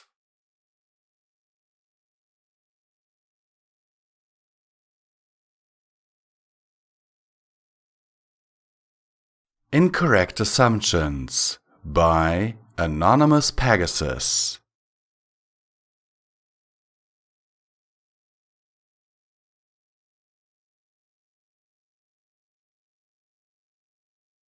Celestia shuddered, a gasp tumbling from her throat. Her cheeks flushed as she kicked at the air with her hoofs in helpless delight. The alicorn's wings flexed, flaring and relaxing in repeated spasms as her back arched in fitful bursts of ecstasy. The princess was being loud, but she couldn't help it. Soft little squeals, gasps, and giggles left her as Twilight went about her nerdy work so eagerly, even occasionally using her tongue to make the constantly composed princess quiver and shudder in relaxive spasms. Twilight grinned up at the princess as she worked, letting her hoofs rest at the princess's side to help hold her steady, and to maintain her position so the flailing limbs of the alicorn didn't dislodge her or cause her injury. The librarian's horn was glowing, aiding in small little rubs and caresses to further entice the princess. Celestia, for her part, could barely breathe.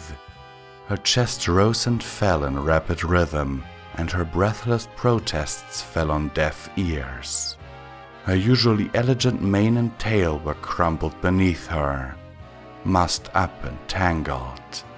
But Celestia was far from caring at that point, too enraptured in what Twilight was doing to her. The faint squeals she was making, however, did not go unnoticed by the castle guards. They shifted nervously in place. The first time they'd come rushing to the princess's aid, they had been ordered straight back out by the red-faced alicorn. After that, they never entered unless explicitly called for, at least when it was Celestia and Twilight alone in the rooms. A third party, however, had already arrived. Princess Luna was striding down the long halls, elegant blue mane and tail trailing behind her as blue eyes regarded the pair of nervous royal guards outside of Celestia's room. The dark princess paused in front of the two guards and turned towards the door. A pair of spears blocked her entry. "What is the meaning of this?" she asked in a low, affronted tone. "The princess is busy, yeah," one of the guards said quickly, refusing to meet her gaze. "Really busy," the second guard added, clearing his throat and straightening. "Not to be disturbed, nope." Luna huffed, raising a hoof to declare that they allow her to pass, before she paused.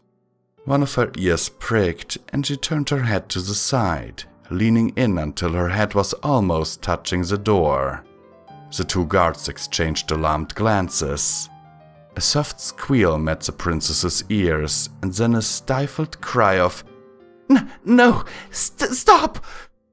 Eyes widening, Luna reared up on her hoofs and then slammed them both into the center of the door, sending the large double doors exploding inwards with a heavy crack and a shower of wood splinters. Immediately, the two ponies inside, Celestia and Twilight, disentangled from each other and bounced to their feet to stand awkwardly side by side, like two foals caught with their hoofs in the cookie jar. What is going on here? Came the demand from the smaller of the two princesses, her gaze flicking from guilty face to the other. We demand to know! Celestia splayed her ears backwards, looking to Twilight and then back to Luna again uncomfortably, her cheeks flushing faintly as she stuttered, It's not what it looks like, sister. Twilight looked at Celestia and then to Luna, a slow grin spreading across her face as she affected her most innocent smile. But, Princess, how do we even know what Luna thinks it looks like? I mean, it was just you on your back, face all red, squealing with me on top of you. She trailed off suggestively. If it was possible, Celestia went even more red in the face, her eyes widening at the implications, turning to Luna to try and explain, spluttering in her fluster. That's not true! Luna's eyes narrowed slowly on her sisters, her tone accusing. And here we were, thinking that it looked like Twilight was atop your farm, making you squeal like a filly. The white alicorn flustered even further, her ears splaying backwards. But that's not... Twilight spoke up again, her innocent smile firmly fixed in place. Oh, Princess, you should just come clean. I mean, your sister knows your dirty little secret now, or she's guessed what it is. She said with an earnest nod, her tone gentle and soothing in a completely teasing manner. Celestia's eyes widened, her mouth parting slightly in a stunned expression, turning to look at the cold expression of her sister, shaking her head helplessly. No, that's not it at all.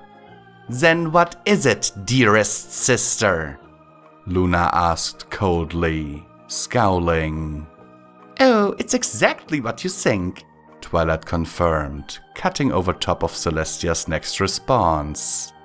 I didn't want to do it, not at first, but Celestia corrupted me. The young unicorn put on the saddest face she possibly could, to look young and vulnerable. Luna's expression was scandalous as she rounded on her sister. You corrupted Twilight? Celestia tried to cover her face with a hoof, the entirety of her expression a deep red. It's not my fault. She starts it half the time now. That's hardly the point, Luna stated, stamping a hoof on the ground hard enough to crack stone, her eyes narrowing. How do you intend to explain yourself, sister? The young unicorn stepped over closer to the dark princess, smiling wanly as she whispered, She even makes me use my tongue. Luna stared at her sister, wide-eyed, slack-jawed. Celestia spluttered faintly, unable to hear what Twilight had said to her sister, rapidly losing control of the situation. She lifted a hoof, pointing it at the door with the command, Twilight, leave! Grinning innocently, the young unicorn pranced to the door and paused to look over her shoulder for a moment. She's just gonna try to corrupt you too, Luna, she sing-songed before bouncing happily out the door, closing it after herself. A cold silence filled the room while Luna stared at Celestia, and the white alicorn refused to meet her gaze. Do you have anything to say for yourself? Luna asked coldly. It's not my fault, Celestia whined, ears pinned back, cheeks flushed deeply. And how, pray tell, is that possible?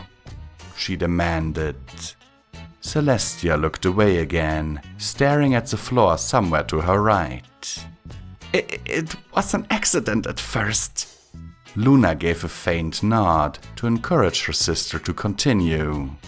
It was a game, really? Celestia added. A game? Luna asked, scowling. That is hardly a game. But you don't understand. Then explain it to us, sister. Luna scowled in response, eyes narrowing. Well, I was teaching Twilight a levitation spell, and she tried it on me as a game, but she kind of lost control, and I sort of maybe kind of fell on her," Celestia said in a very, very small voice. "And she was, well, squirming a lot." Luna just stared at her for a long moment, her eyes wide, shaking her head slowly from side to side. "It's not what you think," Celestia protested again, her voice rising. "We think it is exactly what we think," Luna countered immediately, eyes narrowing. "I'll show you," Celestia said, rising to her hoofs properly, her gaze hardening on her sister. Luna blinked once at the change in attitude, and Celestia's words took a few seconds to register fully. A precious few seconds that her sister used to get in under her guard. In an instant, Luna felt her limbs immobilized. She tried to use her own magic to counter it, but she was trapped. Her gaze turned fearful even as Celestia stepped over to her. She swallowed hard. Sister, what do you intend to do?" Celestia gave her a long stare, and her horn glowed more powerfully as her sister was lifted in the air in front of her, the magic tugging her limbs out in a splayed position in front of the white alicorn. The princess just shook her head sadly. "I am going to show you." Luna tried to struggle, but it was too late. Her sister was upon her. The white alicorn set to with a will, burying her nose right against her sister's stomach, hoofs lifting to grip at her sides and dig in just enough to cause a ticklish, light, rasping sensation, even as she began to rub her nose back and forth in firm little flicks, just like Twilight was far too adept at for her own good. Luna struggled all the harder, her eyes widening and her limbs twitching as she tried to contain the giggles bubbling up in her throat. Helpless under the onslaught of her sister, the tickling hoofs at her sides and the nose rubbing against her so ticklishly, Celestia grinned up at her sister mischievously, and then drew back, blowing a hard stream of air over the dark alicorn's stomach and then leaning in to give a firm, rapid lick from one side to the other, making her sister's stomach muscles spasm reflexively as she squirmed and struggled. Helpless, breathless giggles began to roll from Luna's throat as she tossed her head back and forth in a vain attempt to escape the tickle torture her sister was so expertly meting out upon her form. But there was no relent from the onslaught until she was lightheaded and limp, panting breathlessly, still squirming slightly as she was lowered gently to the ground. Luna stared up at her sister for a long moment, trying to catch her breath. "We do not think it was fair," she growled after a moment. Celestia shrugged and poked her tongue at her sister with a giggle, turning away. With a war cry, Luna pounced on her sister, rolling the large form over and over until she could splay herself atop her in victory, attacking her stomach with hoofs and muzzle, rubbing and tickling vigorously to earn recompense for her previous torture. Twilight watched from the doorway, smiling innocently. "Told you she was going to corrupt you," she said with a smile, turning away. In some television markets, people get two different versions of the same channel. This is usually caused by affiliates being nearby, for example, while living in New Jersey receiving the ABC affiliate from both New York City and Philadelphia, or living in Southern California and getting both the Los Angeles and San Diego stations. For the most part, these appear to be the same channel, in all except local news and some daytime programming, with the exception that one is actually closer and more clear than the other. These channels, in reality, should not occur. Television markets are set up to focus around one city, and offering two different versions of the same channel in one market can split viewership in the ever-competitive ratings race. If you are to watch the channel with worse reception, from the city that is further away, you'll start to notice that the news reports major events that never occurred, on people that aren't real, on technology that shouldn't exist. The ads are for products that you've never heard of. The conspiracy theorists think that these television stations belong to an alternate world. They point to the fact that the news tends to be getting worse over there, more separate from our own. There are reports of looking into an alternate world and invading it for their own. Just pray they aren't talking about us.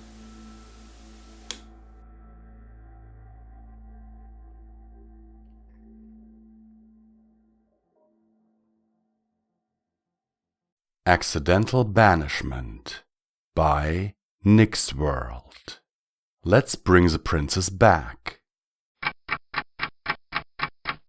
To the director of the Solar Command and Lunar Aviation Space Agency. An unfortunate event has occurred. My sister, Princess Luna, is now stuck on the moon again. Do not ask me why. It was all her idea, so when she gets back, blame her for any costs.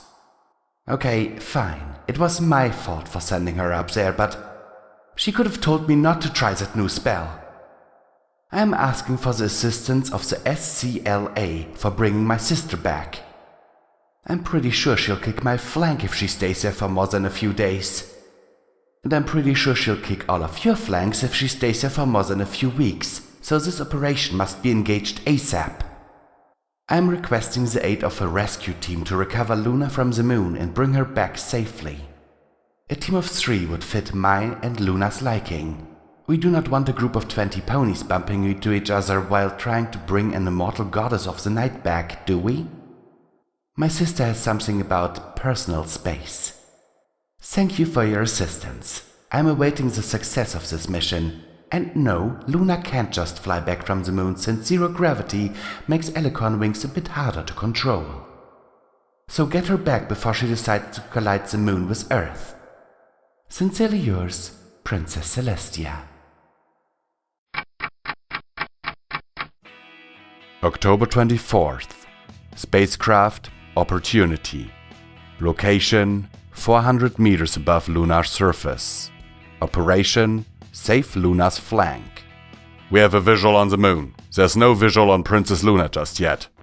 2 ponies, heavily equipped with greyish astronaut suits, were floating inside the small, yet comfortable and rather spacious spacecraft.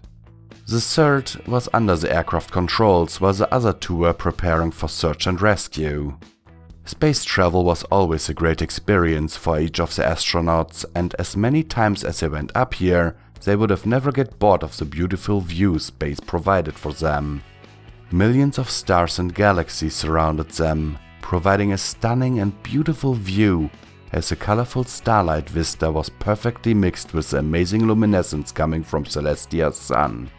But there was no time to focus on the amazing sight. They had a mission where failure wasn't an option.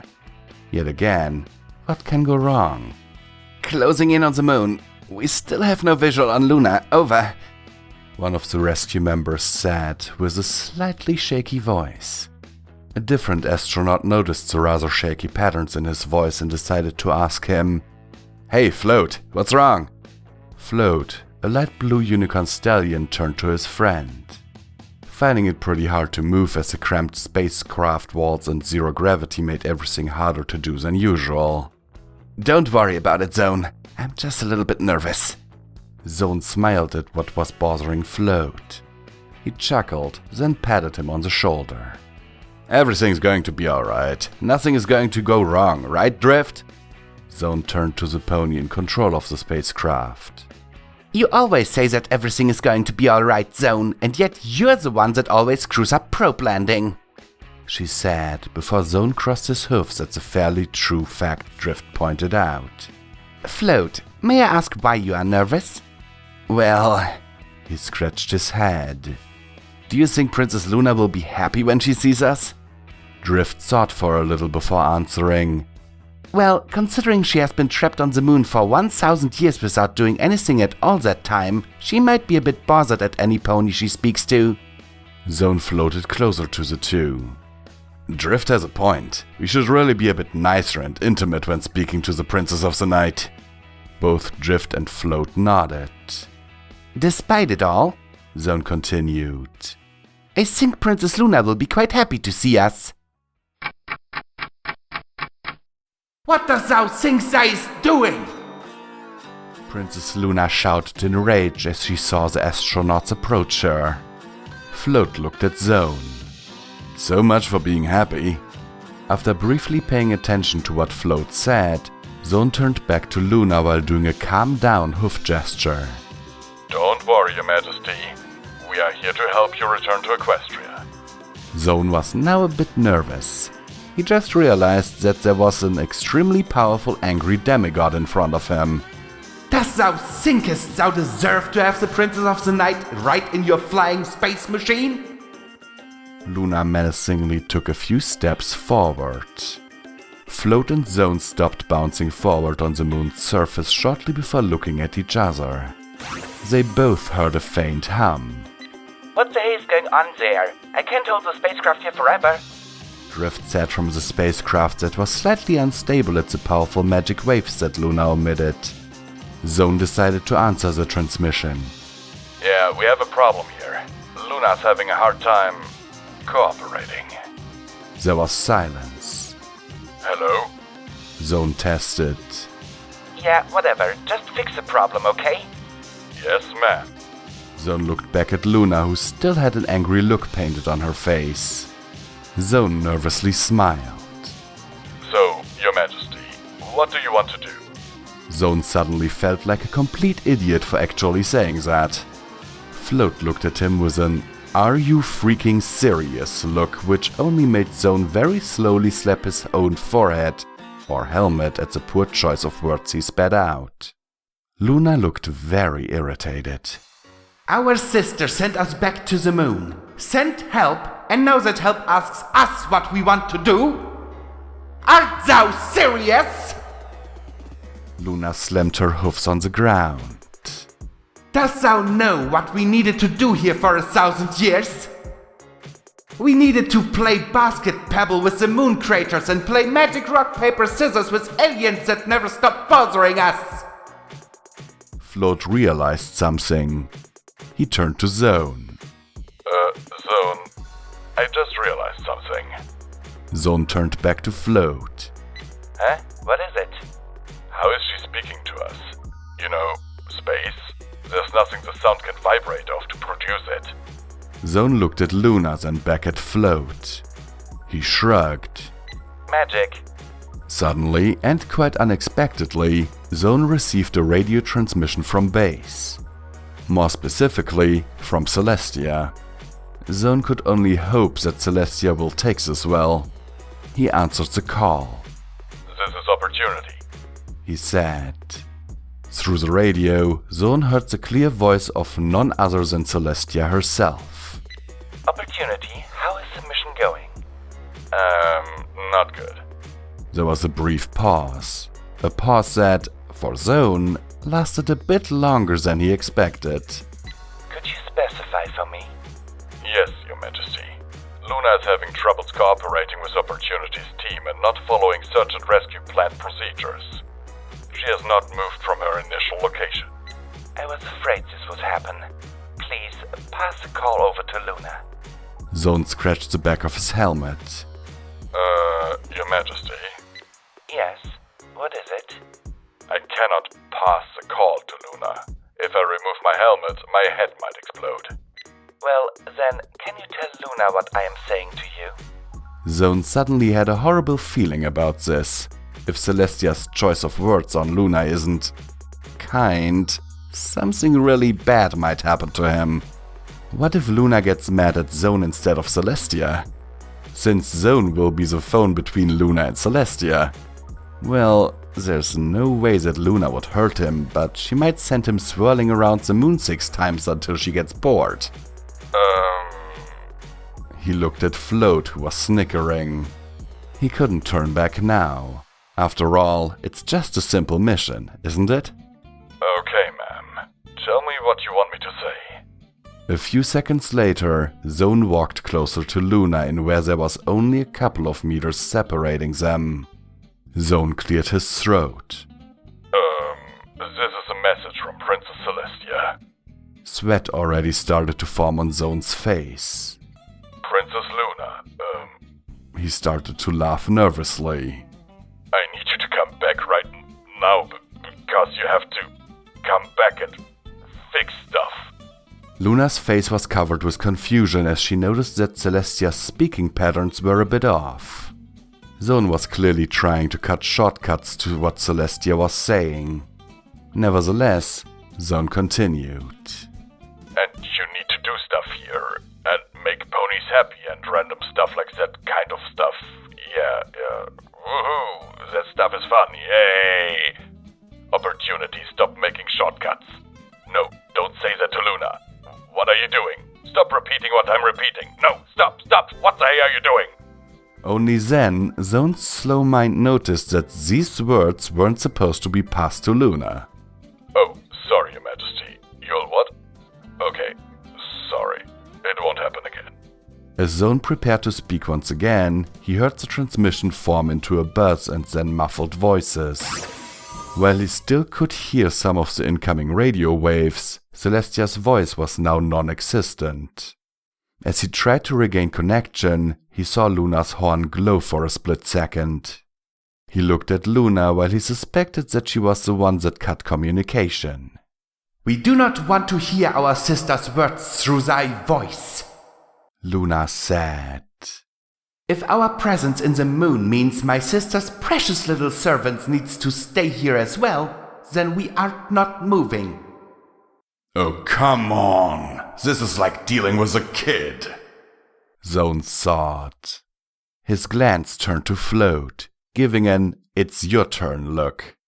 Luckily, Float understood the sign and stepped forward. So, Float began, slightly nervous. is it true you played games with aliens? Luna rolled her eyes. Of course not. The Princess of the Night does not believe in such a life beyond our planet. Float looked surprised. Really? For a pony that controls the position of the moon, I would think you would believe in extraterrestrial life. Extraterrestrial life is no more than a myth. We have searched high and low for centuries for any life out there, and we have not encountered such trivial beliefs. Float thought for a moment. I would like to prove you wrong with that. Luna chuckled. If thou can convince us that there is in fact alien life, we might consider returning to Equestria. Got it. October 25th. Location, Canterlot Garden. See, I told you everything was going to be alright. The three astronauts walked calmly around the Canterlot Gardens as they talked about the mission they'd just recently accomplished. Yeah, and just in time. My ME filters were reducing in capacity. Zone said. Hey, I lost communication with you 5 minutes after landing. How did you convince Luna to get to the spacecraft? Drift asked as she turned to Float. Float took a lick of his vanilla ice cream before answering. Well, Luna told me that if I could convince her that aliens existed, she'd consider coming back, which she did. Drift's face was full of curiosity. Oh, okay, so how did you do it? Since she and her sister control the sun and moon, I said that she, out of all ponies, should believe in alien life. Why's that? Float took a few seconds, then he looked at Drift with a smile. Who's controlling the other suns and moons in the universe?